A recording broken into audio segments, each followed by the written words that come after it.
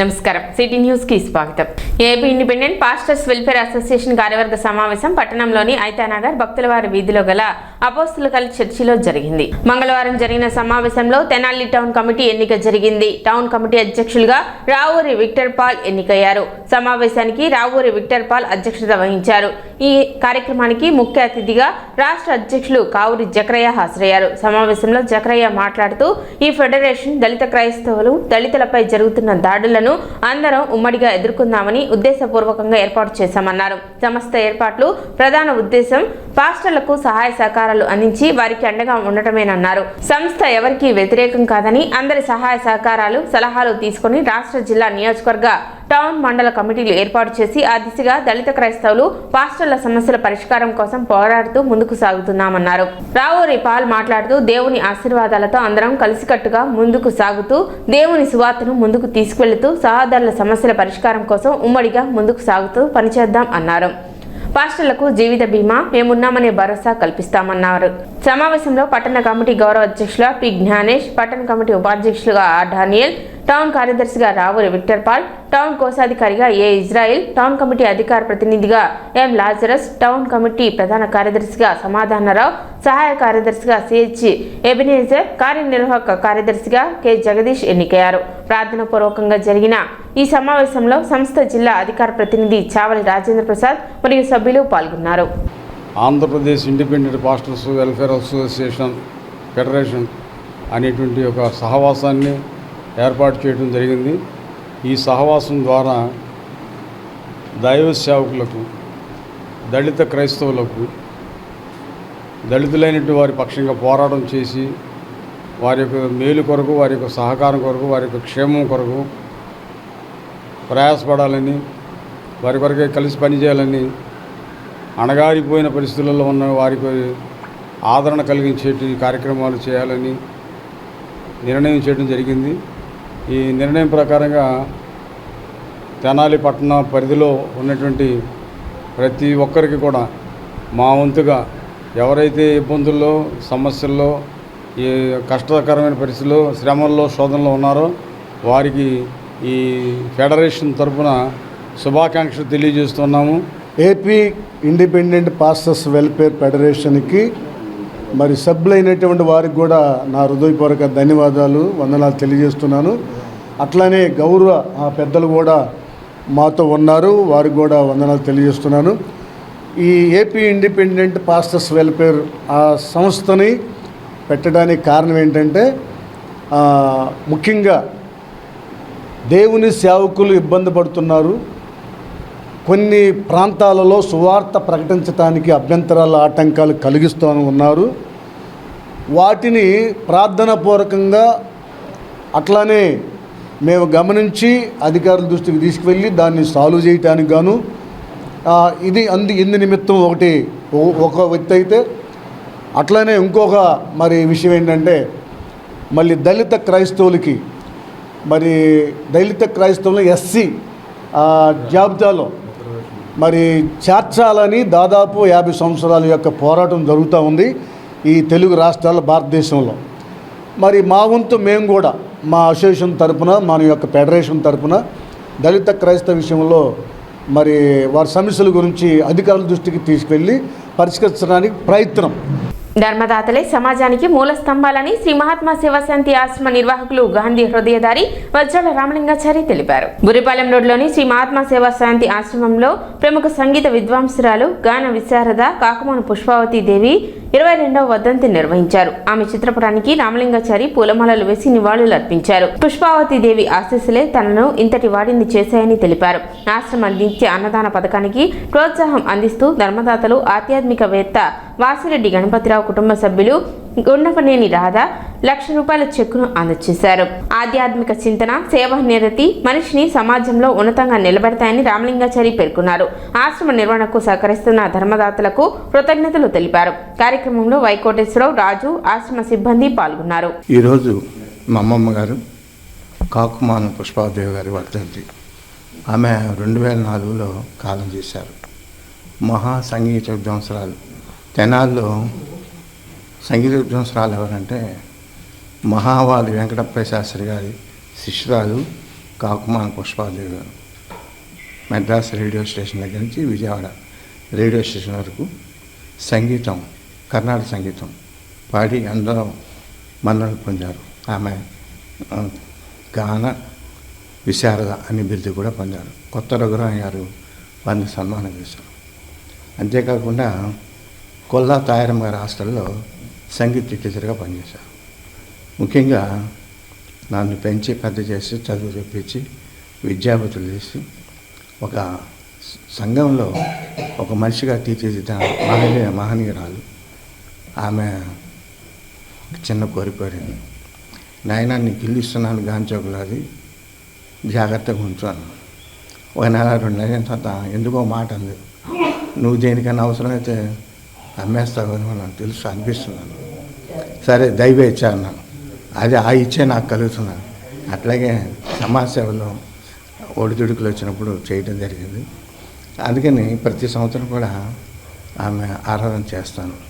రాష్ట్ర ప్రభుత్వం రైతుల ఆదాయం పెంచేందుకు ప్రత్యామ్నాయ పంటల సాగును ప్రోత్సహిస్తుందని మంత్రి నాదెండ్ల మనోహర్ తెలిపారు. తెనాలి నియోజకవర్గంలోని కొల్లిపర మండలం పాత బొమ్మవానిపాలెంలో సోమవారం నిర్వహించిన పామాయిల్ సాగు రైతుల అవగాహన సదస్సులో ఆయన పాల్గొన్నారు. 2047 స్వర్ణాంధ్ర లక్ష్యాలలో భాగంగా నిర్వహించిన ఈ కార్యక్రమంలో పామాయిల్ సాగుకు ముందుకు వచ్చిన 34 మంది రైతులతో మంత్రి ముఖాముఖి నిర్వహించి పలు అంశాలపై చర్చించారు.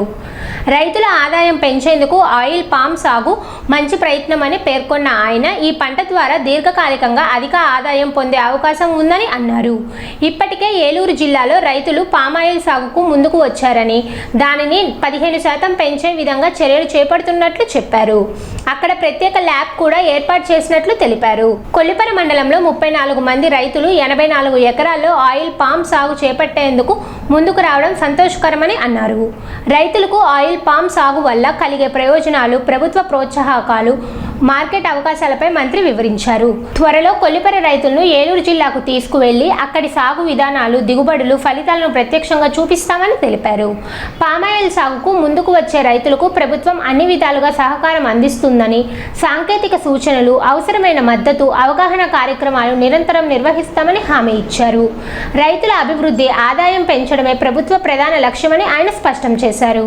ఈ కార్యక్రమంలో వ్యవసాయ శాఖ అధికారులు, ప్రజాప్రతినిధులు, రైతులు పాల్గొన్నారు. రైతాంగానికి మరింత ఆదాయం పెంచడానికి ఒక అద్భుతమైన మార్గం గౌరవ ముఖ్యమంత్రి గారు, అదేవిధంగా స్వర్ణాంధ్రప్రదేశ్ 2047లో ఇచ్చిన ప్రణాళిక మేరకు వీలైనంత వరకు గ్రామాల్లో ఉన్న వాస్తవ పరిస్థితులు క్షేత్రస్థాయిలో పర్యటించిన తర్వాత రైతాంగాన్ని కొంచెం ప్రోత్సహించి ఆయిల్ పామ్ కల్టివేషన్ తీసుకురావడానికి ఒక ప్రయత్నం చేస్తూ ఉన్నాం. ఏలూరు జిల్లా ఇన్ఛార్జ్ మంత్రిగా దాదాపు 15% మనం పెంచడానికి కోసం అక్కడ ఆయిల్ పామ్ కల్టివేషన్ రైతాంగం చాలా ఇంట్రెస్ట్ చూపించారు. అక్కడున్న ఇన్స్టిట్యూట్ పెదవేగిలో భారతదేశంలో ఎక్కడ లేని విధంగా కొత్త విత్తనాలతోటి, కొత్త మొక్కలతోటి ఆదాయం పెంచడానికి వాళ్ళు తీసుకుంటున్న చొరవ రైతాంగానికి అర్థమయ్యే విధంగా ఒక మార్పు అనేది తీసుకొస్తా ఉన్నాం. ఈరోజు తెనాలి నియోజకవర్గంలో కొల్లిపర మండలంలో ప్రత్యేకంగా ఒక 34 రైతులు సుమారు 84 ఎకరాలు విస్తరించడానికి కోసం పంట వేయడానికి వాళ్ళు అంగీకరించారు.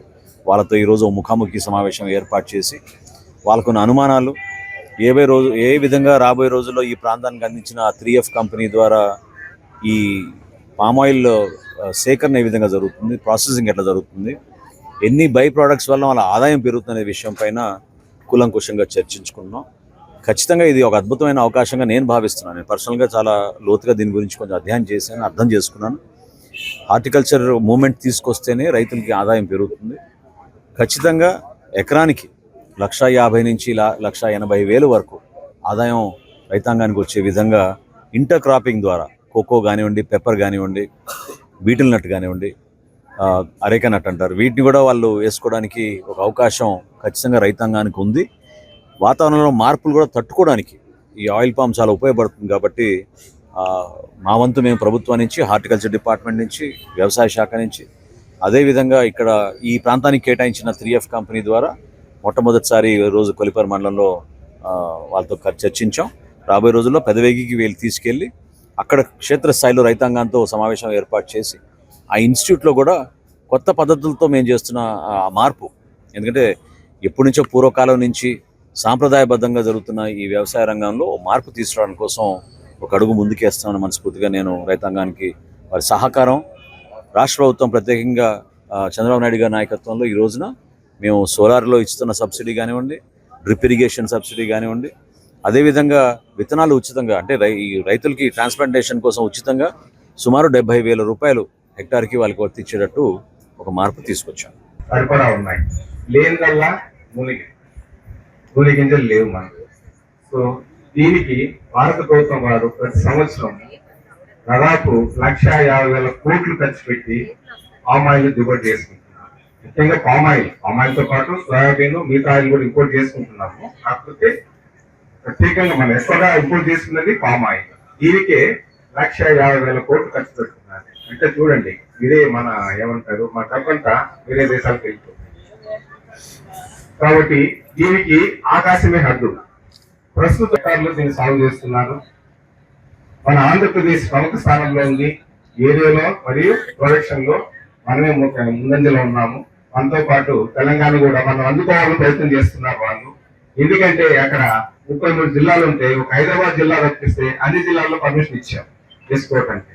కాబట్టి మనం వాళ్ళకి ఆస్కారం ఇవ్వకుండా మనం ఎల్లప్పుడూ మనమే ముందంజలో ఉండాలని. పోలీస్ సిబ్బందిలో మానసిక ప్రశాంతత, ఒత్తిడి నియంత్రణ, విధుల నిర్వహణలో సామర్థ్యాన్ని పెంపొందించేందుకు రాష్ట్ర ప్రభుత్వం ఆధ్వర్యంలో 3 రోజుల ప్రత్యేక ధ్యాన శిక్షణ కార్యక్రమాన్ని తెనాలిలోని చావాస్ గ్రాండ్లో ప్రారంభించారు. ఈ కార్యక్రమంలో హార్ట్ఫుల్నెస్ ఇన్స్టిట్యూట్కు చెందిన doctor Indira, retired bank manager MRK Moti, physical director Vidyasagar శిక్షకులుగా పాల్గొన్నారు. గతంలో పరిమిత స్థాయిలో నిర్వహించిన ఈ శిక్షణను రాష్ట్ర ప్రభుత్వం మే 15 నుండి విస్తృతంగా అమలు చేస్తుంది. 3 రోజుల పాటు జరిగే ఈ శిక్షణలో మొదటి రోజు రిలాక్సేషన్, రెండో రోజు క్లీనింగ్, మూడో రోజు అంతరంగంతో అనుసంధానం అంశాలపై అవగాహన కల్పించనున్నారు. శాంతి భద్రతల పరిరక్షణలో కీలక పాత్ర పోషించే పోలీస్ సిబ్బంది ప్రశాంతంగా, సమర్థవంతంగా విధులు నిర్వర్తించాలనే లక్ష్యంతో ఈ కార్యక్రమాన్ని నిర్వహిస్తున్నట్లు తెలిపారు.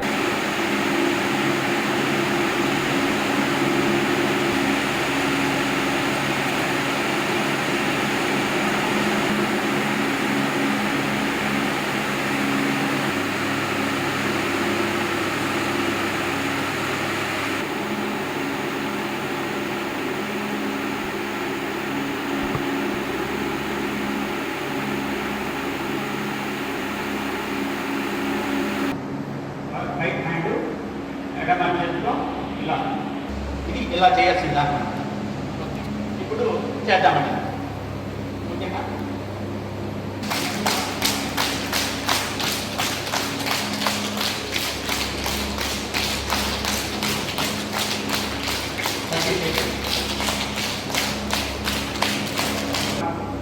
ఇక్కడ విశ్లేషణ ఇలా ఓకే ఈ మారుతాం.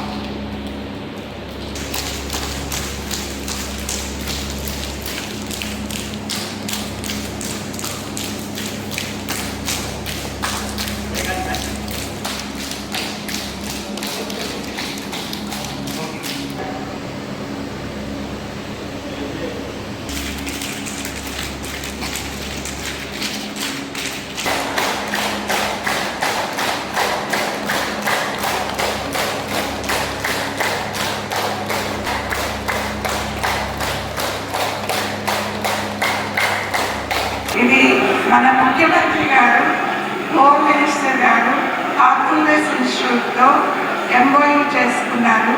పోలీస్ డిపార్ట్మెంట్ వాళ్ళకి శాంతి భద్రతలు నిర్వహించే వాళ్ళ విధులకు ఉపయోగపడాలి అన్న ఉద్దేశంతో ఈ హార్ట్ఫుల్నెస్ మెడిటేషన్ అనేది ఇంట్రడ్యూస్ చేయడం జరుగుతుంది. ఇది ప్రపంచం మొత్తం మీద ఉన్న సంస్థ. మన ఇండియా అంతా కూడా ప్రోగ్రామ్స్ జరుగుతున్నాయి.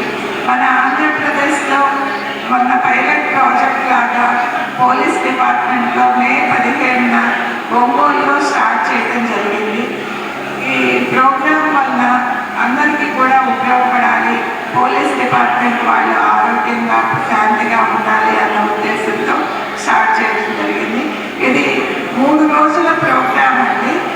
మొదటి రోజు రిలాక్సేషన్, మెడిటేషన్ గురించి చెప్తాము. రెండవ రోజు క్లీనింగ్, రిజర్వనేషన్ గురించి చెప్తాము.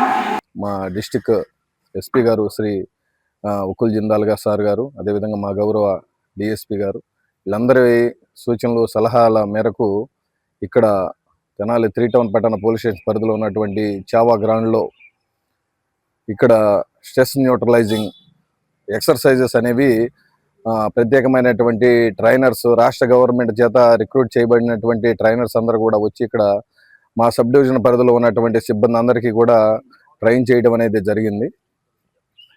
యోగాసనాలు కాకుండా ధ్యానం ఎలా చేయాలి, రోజువారీ కార్యక్రమాల్లో బిజీగా ఉండేటువంటి మనలో నుంచి అంటే మనకి హార్ట్కి మనసుని అనుసంధానం ఎలా చేయాలి అనేటువంటిది ఇక్కడ కార్యక్రమాన్ని ఆర్గనైజ్ చేయడం అనేది జరిగింది.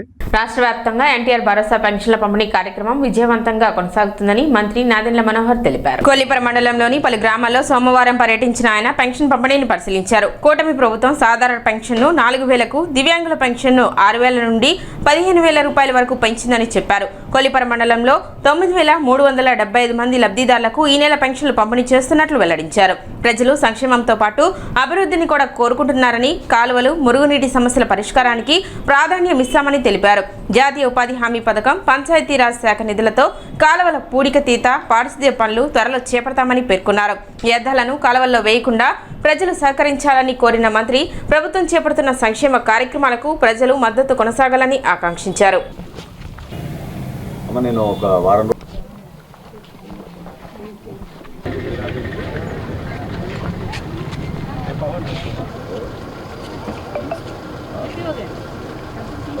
ఎవరు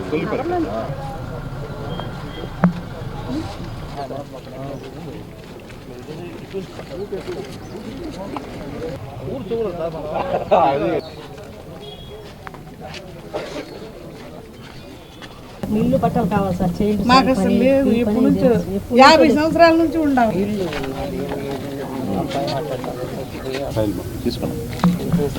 ఓకే వారం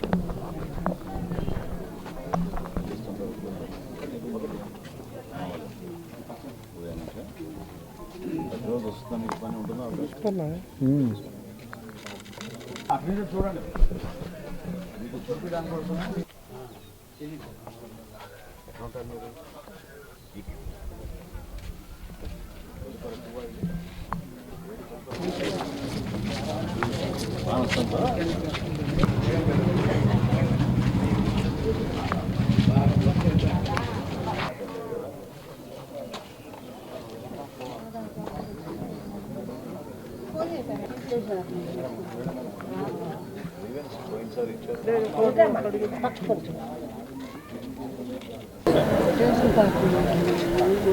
మీకు రాబోయేంటి రేషన్ కార్డు?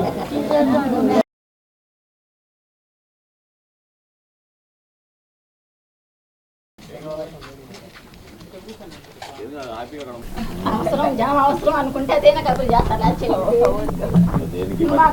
మట్టి పనిగా చెప్పలేకపోతే ఎక్కడ తీస్తున్నారు మట్టి పని? అక్కడ పొలిమేర మనుషులు అవసరంగా వాళ్ళకి మనుషులు అవసరం అంటే పని స్టార్ట్ అయిన కాడి నుంచి చెప్పాలి. పని చివరిలో చెప్పకూడదు కదండి. ఎక్కడ తెచ్చుకుంటారు మరి మనుషుల్ని? వాళ్ళు ఆ ఊళ్ళో ఉండే వాళ్ళని పిలుస్తారు. మేము దూరంగా ఉన్నాం కాబట్టి మా దాకా చెప్పరండి. అవి కాడ పడమన పోతే పడతలేదు అంటున్నారు.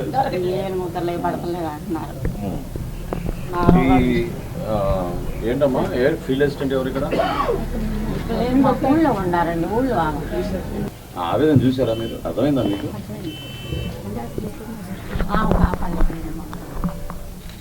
ఏమవుతుంది? ఆమెదేం తప్పులేదులేండి. ఆమె చేసింది అది ఆమె తర్వాత చేసేవాడు చేయాలి. ఎవరు ఇక్కడ field you identify that name, take entire details of these people. Sir తీసుకోండి, తీసుకుని మాట్లాడదాం. అమ్మ నేను ఒక వారం రోజులు టైం ఇవ్వండి, నేను చెక్ చేస్తాను సరేనా? అటువంటి పొరపాటు ఇంకోసారి జరగకుండా తప్పకుండా చూసుకున్నాం. ఎవరికైతే జాబ్ కార్డులు ఉన్నాయో అందరినీ కూడా సమానంగా చూసుకోవాలి, అందరినీ పిలవాల్సిందే. ఖచ్చితంగా అది ఆ పొరపాటు జరగకుండా ఇంకోసారి నేను చూస్తాను. You are responsible. అర్థమైందా? ఫీల్డ్లో మీరు తిరగకుండా లేదు కనపడ అట్లా ఉంటే అట్లా ఉండదు పరిస్థితి. మెయిన్ రోడ్ కావాలన్నా అది ఇబ్బందిగా ఉందా? అంటే ఇక్కడి నుంచి పోయేదంతా అక్కడ చేరుతుందా? మీ ఒక్కరికి ఏంటి?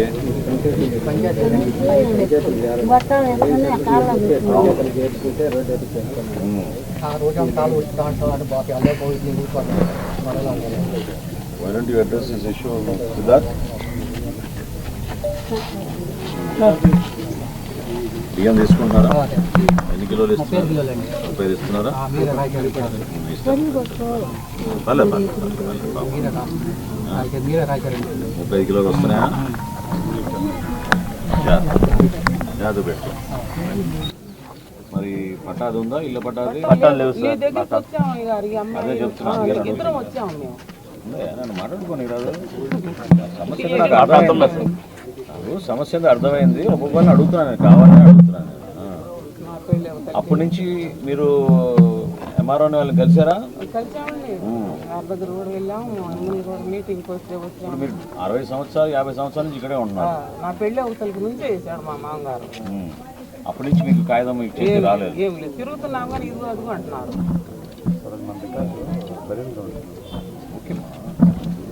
Send it to collector, get approval. They're holding possession, they're built houses. Change of record కదా ఇంకా అది, అవునా? సో ఎన్ని 89 సెంట్లు అని అంటున్నారు కదా వాళ్ళు. 89 సెంట్లు మినహాయించండి, మీరు తీసుకోండి, ఫైల్ మూవ్ చేయండి. మూవ్ చేసి you take the approval and you will give pieces to them. Will give pieces because they are holding site on their own కదా. తీసుకోండి. ఓకే, వారం రోజు టైం చెప్తా. ఇల్లు కట్టుకున్నాను, పోలీసులు సర్టిఫికేట్ కావాలి, ఇవ్వం మీకు అంటున్నారు సార్. మాకు ఇల్లు పట్టాలు కావాలి సార్, చేయండి. మాకు అసలు లేదు, ఎప్పటి నుంచో 50 సంవత్సరాల నుంచి ఉండవు.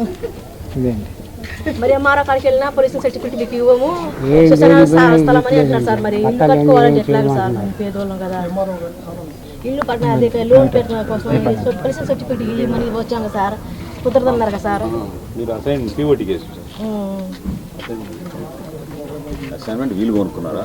ఎప్పుడు వచ్చి 60 సంవత్సరాలు 70 సంవత్సరాలు అవుతుంది సార్. ఇక్కడ 70 సంవత్సరాలు అవుతుంది సార్. ఇల్లు కట్టుకుని ఎన్ని రోజులు అయింది? కట్టలేదు సార్, కట్టుకుందామని ఇప్పుడు మేము. అదే ఒరిజినల్ ఎప్పుడు అసైన్మెంట్ జరిగింది సార్? మీ కాడికి మా ఆయన గారు అదే మీకు ఆన్సర్ ఆ రోజు నేను చెప్పున్నా. అది పిఓటి వైలేషన్ ఎప్పుడు అనేది సార్ అడుగుతున్నారు. దానికి అది విత్ ఇన్ ద నామ్స్ మన వచ్చిన జియో ప్రకారంగా ఉంటే పొజిషన్ సర్టిఫికేట్ రెడీ చేశాను, రెడీ చేశాను. ఈ ఇల్లు కూడా వాళ్ళ మీ సొంతం కొనుక్కున్నాను. ఇది కొన్నామండి, కొని ఇల్లు వేసుకున్నాం సార్. మీ అనే సమస్య ఏంటి ఇప్పుడు? మాది ఇల్లు పట్టలేదు సార్. అందరి 15 ఇళ్ళు 20 ఇళ్ళు ఉండయి సార్. ఎప్పటి నుంచి అడుగుతున్నాము. 85 సెంట్లు ఉండే అంటున్నారు, వాటికల్లా పట్టాలు లేవు సార్. ఆ మామూలుగా ఉండాము అంటే ఇప్పుడు పట్టా కావాలి. అక్కడికి వెళ్ళినా అందరు ఇదే అంటున్నారు. సో ఒక వారం టైం ఇవ్వండి అమ్మా, నేను ఏదో ప్లాన్ తోటి చేస్తాను. మీకు రాకూడదు రేషన్ కార్డు అప్పుడు తీసేసారా?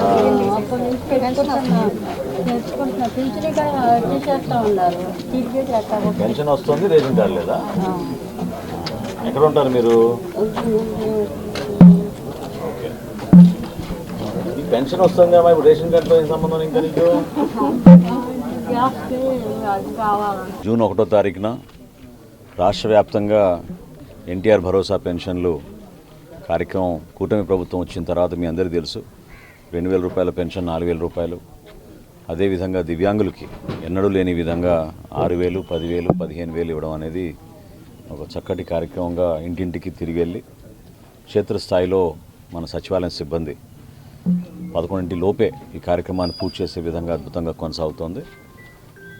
ఉదయం నుంచి కొలిపర మండలంలో 4-5 ప్రాంతాల్లో పర్యటించినప్పుడు ప్రజలు ఏ విధంగా సంక్షేమం కోసం ఎదురు చూశారో దానికి అనుగుణంగా గౌరవ ముఖ్యమంత్రి గారు చంద్రబాబు నాయుడు గారు, అదేవిధంగా రాష్ట్ర ఉప ముఖ్యమంత్రి పవన్ కళ్యాణ్ గారి సారథ్యంలో సమాజంలో ఉన్న పేదవారికి ఎవరికైతే అర్హత ఉందో వాళ్ళందరికీ కూడా ఇది అందించాలనే తపనతో పనిచేస్తున్నాం. ఒక కొలిపర మండలంలోనే 9,375 పెన్షన్లు ఈ రోజున పంపిణీ జరుగుతోంది. అంటే ప్రతి నెల 3,96,00,000 రూపాయలు 1వ తారీఖున నగదు రూపంలో ఇంటింటికి వెళ్ళి మన సచివాలయ సిబ్బంది అద్భుతంగా పంపిణీ చేస్తూ ఉన్నారు. సంక్షేమంతో పాటు ప్రజలు కోరుకునేది అభివృద్ధి. ఏ ప్రాంతంలో వెళ్ళినా కూడా ఈ కాలనీస్లో ఎక్కువగా సైడ్ కాలువల గురించి, ఈ మరునీటి గురించి ఆ సమస్య నా దృష్టికి తీసుకొచ్చారు. గత సంవత్సరం ముందు రోడ్లు విస్తరణ, రోడ్లు వేసే కార్యక్రమం దాదాపు 80% వరకు మనం అన్ని ప్రాంతాల్లో కంప్లీట్ చేసుకోగలిగాం.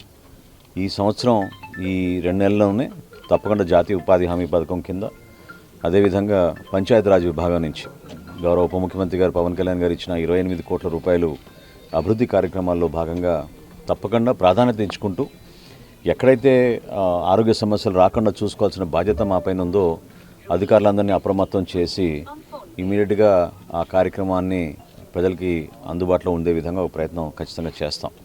వీటితో పాటు నేను కూడా ప్రత్యేకంగా ప్రజలందరినీ కోరుకునేది ఏంటంటే ఈ వ్యర్థాలు డైరెక్ట్గా కాలువలో వేయకుండా కొంతవరకు మనం ఈ తడి చెత్త పొడి చెత్త సేకరించేటప్పుడు సహకరించమని, దానికోసం ప్రత్యేక ప్రణాళిక ఈ రోజున నేను అధికారులతో మాట్లాడి కొలిపర ప్రత్యేకంగా ఒక అర్బన్ పంచాయతీగా మనం దాన్ని పరిగణలోకి తీసుకున్నాం కాబట్టి మన మండలంలో ముందుగా ఇమీడియట్గా నేను ఈ ప్రధానమైన కాలువలకి ఒక ప్రణాళిక సిద్ధం చేసి అధికారులు ఈ వారమే ఈ కాలువల పూడిక తీసే విధంగా ఒక ప్రయత్నం తప్పకుండా చేస్తామని ఈ సందర్భంగా తెలుపుకుంటూ, ఎక్కడా లేని విధంగా మన భారతదేశంలో పెన్షన్ కార్యక్రమం పంపిణీ కార్యక్రమం జరుగుతోంది.